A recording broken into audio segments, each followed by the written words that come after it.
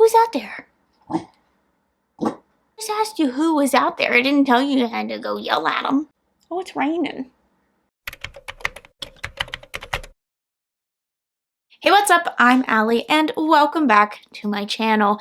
Today I am going to be doing my February wrap-up, and I'm also going to be talking about the books that I also read for my BookTube Besties reading vlog video, just so that they are somewhere in a wrap-up, and so if anyone is looking for my specific thoughts and feelings on those, they can. I always have timestamps to the titles listed below, so if you're interested in a specific one, you can just jump right to it.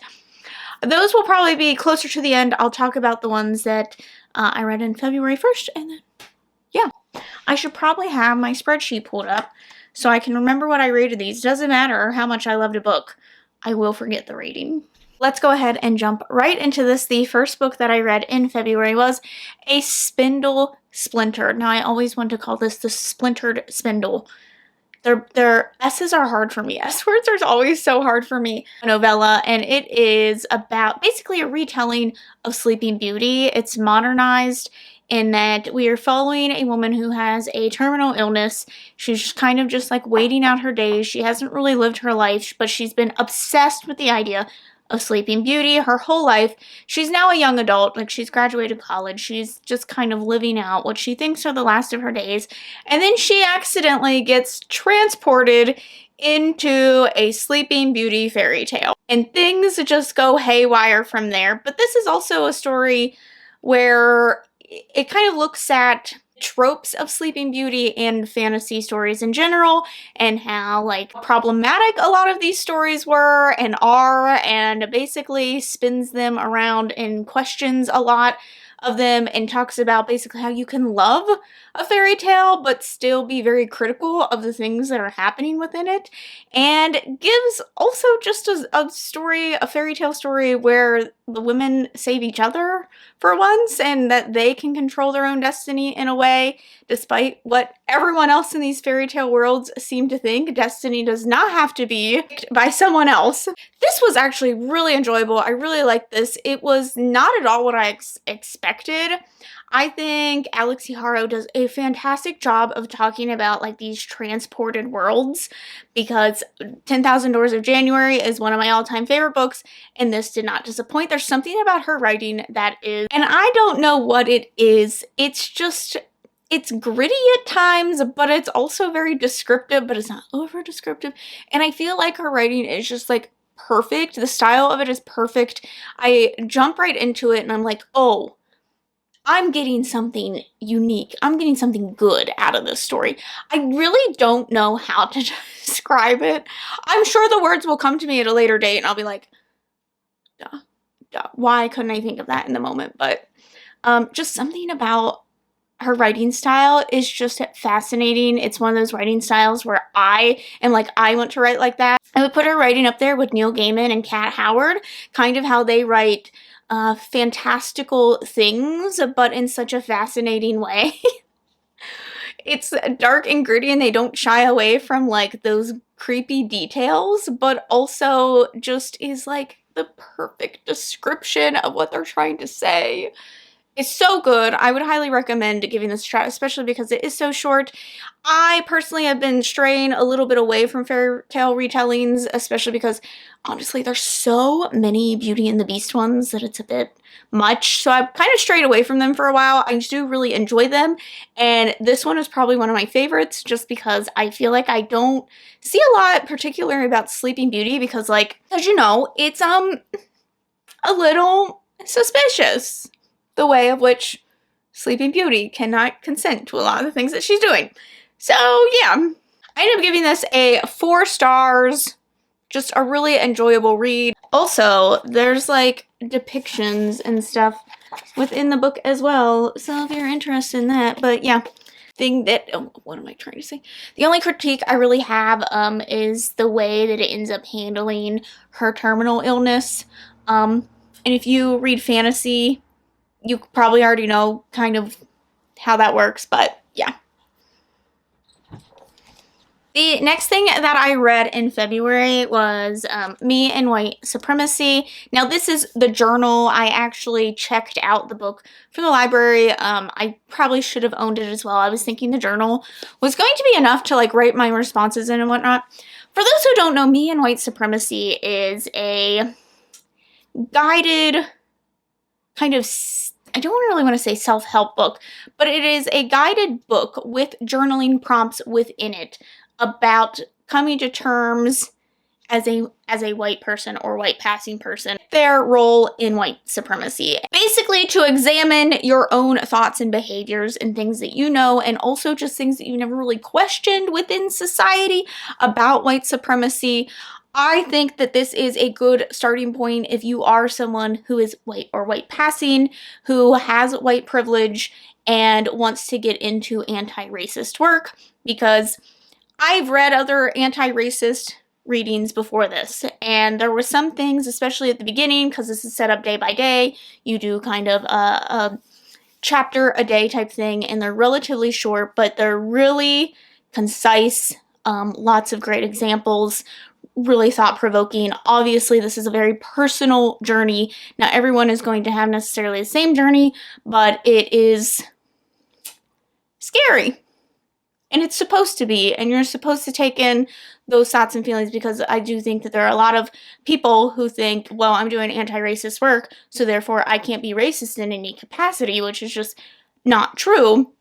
Racism is just built into the system, so there's going to be times when something is happening and maybe you're not questioning it, or your white fragility comes out without even realizing. There's just so many ways in which a lot of us have unconsciously worked in the ways of white supremacy. So, as I was saying, I've read other things before, but as I got further into this, there was a lot of things that I hadn't really looked into myself to learn about, and there was things that I was reading this and I was like, oh my god, I've done that. I didn't even realize that. Like, this is so eye-opening. So it's hard work, as it should be, and it's ongoing work. This is definitely something that I'll come back and revisit. This isn't like a one-time thing, which is why I should go buy the book. Don't ask me why. I thought the journal was gonna have enough. Honestly, if I'm being honest, I wouldn't even get the journal, just get the book, because the journal only has the questions, and it does not have enough room. If you are truly contemplating and putting down a response, things that are being asked, then there's not enough room in this. Just get a real journal or do it online in some way. I do think journaling the thoughts was therapeutic in a way, and it also then makes me accountable, because I've now pointed out, I have now written down, I have now said, these things need to change. And I now have accountability that I know about them. So I do think that this is a good starting point, especially because it does make you look inside yourself. A lot of times it's hard to make changes outside if you haven't made them inside first, and also just things that you might not realize. So I do think that this is a good starting point. It should not be the only anti-racist type reading that you ever do. And honestly, this is just like the skimming the surface. There's a lot more. As I said, these chapters are short. There's a lot to fit in. So I would say, again, starting point. I am not going to rate this book, because this isn't really a book that I feel like you rate. This is a book that you work through and you revisit, and that's the purpose of it. It is not supposed to be like an enjoyable read. So I'm not going to rate this in any capacity. Did I think it was helpful? Was it beneficial? Yes. Will I revisit it? Yes. So now I read these books in February, but they are part of the Besties vlog, so you may have heard my thoughts and feelings over there, but we're going to do it here as well. So the first one I'm going to talk about is a bunny. Bunny. This is just a lot, you know? So this is technically a dark academia mystery type book in which we follow our main character. She is in like the literary program of this university, whatnot, and she's kind of struggling Now, she has several female colleagues, and they are in like lectures and whatnot with her, and they are the bunnies. And she and her friend call this group bunnies and has like nicknames for all of them and whatnot. And they're all very different, but they all are just, they call each other bunny and they seem to do everything together and whatnot. So she ends up getting an invite to come hang out with the bunnies. And she assumes that this is just like, they have classes together, they've seen each other around, they have talked to each other. But she just thinks this is odd, and she's highly intrigued by all of this. Like, it's just weird the way that these women act together. So she goes, and things just go incredibly unexpectedly. And a lot happens after that. I would say that's within like the first like 50 pages. And this isn't like necessarily a short book. Don't know what else to say without giving anything away. This is just a really fascinating read, and I know that there's a lot of different theories based around this because it's not super clear all the time what exactly is happening. And I know a lot of people have been confused while reading this because, again, they just call everyone as Bunny, and you can easily mix up the people. That's on purpose. So I know some people get confused with this book. I found it absolutely fascinating. I thought it was a bit genius, to be honest. And I do think it is very comparative to Catherine House, which is one of my all-time favorite books. So I loved this. It's gory at times. It was suspenseful. It also just had a lot of really great relevant points, and I personally thought was a conversation piece on women in academia and kind of the things that are placed on them, the expectations that are placed on them, especially when it comes to their trauma and how they are expected to be traumatized, to be writers, essentially, and the more traumatized the work, or more sexual the work, the higher quality that it is. So I thought there was a great conversation piece on that. I think this could create a good conversation piece on that. There was also, I think, points of conformity and things like that, and losing creativity, and just stunning, beautiful, amazing. I really enjoyed this. I probably shouldn't have enjoyed it because it's a wild ride, but I did really enjoy this. I ended up giving this a 4.5, and I would absolutely read this again, especially knowing how everything, you never know what's going to happen, I should say. You just never know. You don't know what to expect at any given moment. But now that I know how everything has kind of fallen into place, I would love to go back and reread, hence my multiple copies, and kind of underline, highlight, make notes about things, and how they come into play in conversation pieces about them and whatnot. The other thing that I read in February, and the last thing that I read in February, was The Prison Healer, and as you can tell, I had an enjoyable experience reading this book. This is not a book that I think you can take too seriously, though. This is about a girl who gets put into a death camp at like the ripe age of 7 because her family has been suspected of treason. And so she ends up being able to survive within this camp by becoming a really good healer. Her dad was a healer, taught her all this stuff. So she becomes a healer, is hoping that one day she might actually get to see the outside of this death camp. She's been in there. She's now like 18 or 19. So she's been in there the majority of her life. Then one day a young man ends up coming in, and she just is like, you know, he's healthy, he seems wealthy, she's not really sure what he could possibly be in there for, but she's fairly certain that he's going to die in no time. Except he doesn't, and he takes quite an interest in her. There's also trials that happen, and she ends up getting thrown into these trials because the woman who is supposed to do them is deathly ill. She will die immediately, but she has been tasked with keeping her alive at all costs. So she decides she will do the trials. Now, these trials are supposed to be a death wish. No one has ever survived them. You have to have magic in order to survive them. all that begins to happen. Plus, there's a plague happening. She has to solve what's causing this plague within the prison. Let me tell you, it's a ride. There's romance. There's murder. There's magic. This book is a ride. Again, you know, the whole death camp thing is quite a depressing setting, and I do have some concerns about, like, possibly the inspiration for the death camps, but overall, if you're just not taking anything super seriously, this is a really fun time. I enjoyed the budding romance between characters. I actually really like our main character.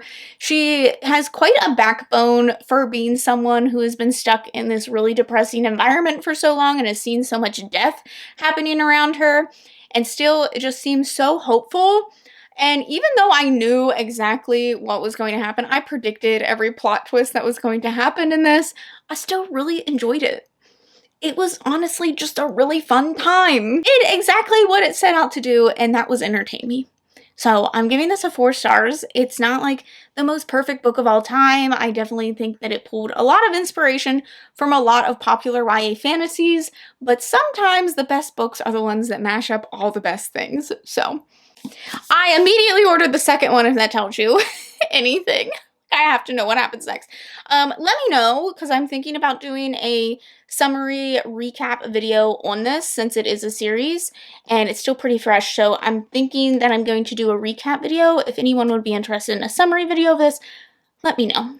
Then the rest of the things that I read for my BookTube Besties video, now these were all like Starzy's favorite, and I again will link Starzy's channel and her Twitch down below because I just love her so much. Just saying, and if you like a lot of my recommendations, you're probably gonna like a lot what she has to recommend as well. That video was The Wolf of Oren-Yaro. This is an adult fantasy, and this is a very political based fantasy. Let me just start with that, because those don't tend to be the ones for me. Let me just start with that. This is about a woman who, the day before she is getting crowned, her husband leaves and she is abandoned, has to take over this crown all on her own basically, and doesn't hear from him for 5 years. Now, her country that she looks over is constantly in turmoil. They're always on the edge of war, but it seems like that seems to be the way with the whole world. It just seems like hers is a much more, they're less well off than the other ones, it seems. However, we don't really spend a lot of time in her continent before she's on to a different place, so I really couldn't grasp the full extent of what was happening there. So she gets a letter 5 years later from her husband, and he wants to meet. And at first she's like, no, like, it's been so long. You're such a douche canoe. Why would I do that? But she ends up going to a promise to her son because he just wants his dad back. So she ends up going to meet with him, and all kinds of chaos ensues. After that, she goes to this place where she is looked down upon. No one really knows that she's the queen. No one would even believe her. She said that she was. There is thievery involved. She makes some new friends. She gets lost along the way. There's murder. There's conspiracies. There's all kinds of intriguing stuff. That being said, I don't think this book was for me exactly. It was interesting enough at times that I got through this. I just didn't really care a whole lot. I wasn't invested in the characters. A lot of the dialogue felt very forced, especially with the overall tone of this book is very serious. It's quite bland, to be honest. And then the author seemed to try to put in like these sarcastic, bantery moments in the characters. And I'm like, this doesn't make any sense. This just doesn't, the tone has not been set for this. This doesn't make any sense. I feel like I'm reading two different stories at times. So I also just thought a lot of the characteristics, like she's supposed to be, the series was originally called The Chronicles of the Bitch Queen. And I just don't, like, that to me screams like fierce warrior. And like, that's kind of how it comes off. Like, she is supposed to be feared. But my God, is she useless throughout most of this book. I'm like, girl, I need you to do something for yourself here. It was just weird. And we're getting glimpses back into her past life. as she's a child and whatnot, and I still am not 100% sure why. I don't know if that's to like talk about the different political alliances or whatnot, but I didn't really understand. It just seemed like a lot of filler. So this just wasn't for me. I didn't really care about the world, didn't care about the politics, didn't really care about the characters. There was some parts of this, there's like one character that I actually really enjoy, and kind of the different antics that they get into, I enjoy. I ended up giving this a 3 stars. It's not amazing. I don't really have plans to continue, and it was fine, I guess. It wasn't awful. I know why a lot of people enjoy this series, and I do think it is because it is more of that political based in like putting the puzzle pieces together, but like I need more fun, to be honest. I just need more fun to happen for me. I don't care about who's fighting who there. I don't. The other two, I literally just took back to the library because I thought I was done using the physical books. Burn for Me, which is it is listed as a paranormal, I believe, romance, or a fantasy romance. This is an urban fantasy, and it is about this woman who is a detective. There's like different types of magic within this world, and there's different levels of it. And she is tasked with an impossible task to hunt down one of the most powerful magic users who is kind of creating chaos across the city. And like, she's like, how the hell am I gonna do that? So she ends up coming across, and they kind of had the same idea in mind. Mad Dog or something. I can't remember his exact nickname, but he is actually the most powerful man like in the world. He worked for the military and did all kinds of crazy military stuff, and he's kind of been off the grid, and people are terrified of him. So they team up together some way, somehow, and have to hunt down. But as they are hunting this down, they are unraveling a lot of other things that are happening behind the scenes and within the city that are much bigger than just like this rebel going rampant. There's a lot more to it than that. Honestly, this cover does this book such a disservice. This was so fun. This was so good. The world building was actually fantastic. I loved hearing about all the different magical abilities and whatnot, and how things played in to things, and who was in charge of what. Now, I just said I don't care about political books, but this one does it in a way that's fun. It's thrown in there at times. There's a good mix of like humor and whatnot. So this, I really liked this. Now, this is supposed to be a romance, but if you go into this expecting steamy scenes right off the bat, you're not getting it. No one gets nude. Nothing happens in this first book. So it's incredibly misleading. The cover just does not do this justice, because it is targeting romance readers who are going to be disappointed when it doesn't have romance, and it is not targeting the fantasy readers who would really enjoy this. If you are a fan of Crescent City, you will enjoy this. Just saying. It was so much fun. I really enjoyed the characters. I just had a good time. I rated it a 4 stars. And then the last book I'm going to talk about is The River Has Teeth. This is a YA fantastical mystery thriller. And I do always hesitate going into YA mystery thrillers because they just don't ever seem to deliver to the full impact that I want them to. But I was thoroughly impressed with this one, especially with so many different elements happening. This follows 2 different girls, one of which has lived in this town forever, and her family is kind of known for making these like potions, concoctions, and whatnot, but her family is said to have magic. Unfortunately, we know that her mother has undergone some sort of magic gone wrong, and is now some sort of creature that they have kept her locked away, but also are quite terrified of her because she is very powerful. Now, the other main character that we follow, her sister has gone missing, and so rightfully she is outraged. She is trying to find the answers, and so she ends up coming to this magical family to see if they can help in any way possible, and the 2 girls end up forming a bit of a bond. Except, we know one of them has a bloodthirsty mother who may or may not be responsible. So this is about just all the things that are unfolding. It is about them being at odds and ends with each other over this, and also exploring these kind of creepy magical woods at times. There's all kinds of different theories being thrown out. We get to see the family dynamics between the two of them because they are very different, and I just really enjoyed this. I liked the murder mystery aspect because I guessed it pretty early on, but there were times where I was like, well, maybe though. Maybe I'm wrong. I love being questioned if I'm wrong or right. Different scenes that were captured just were so beautifully written at times, and I just really enjoyed this. I liked figuring out where the journey was going to take us. I ended up giving this a 4.5. Again, just a really great read, a YA mystery thriller that actually delivers. So those are all the books that I read in February and then some. So let me know what your favorite read of the past month was. Thank you so much for watching, and I will see you in the next one. Bye!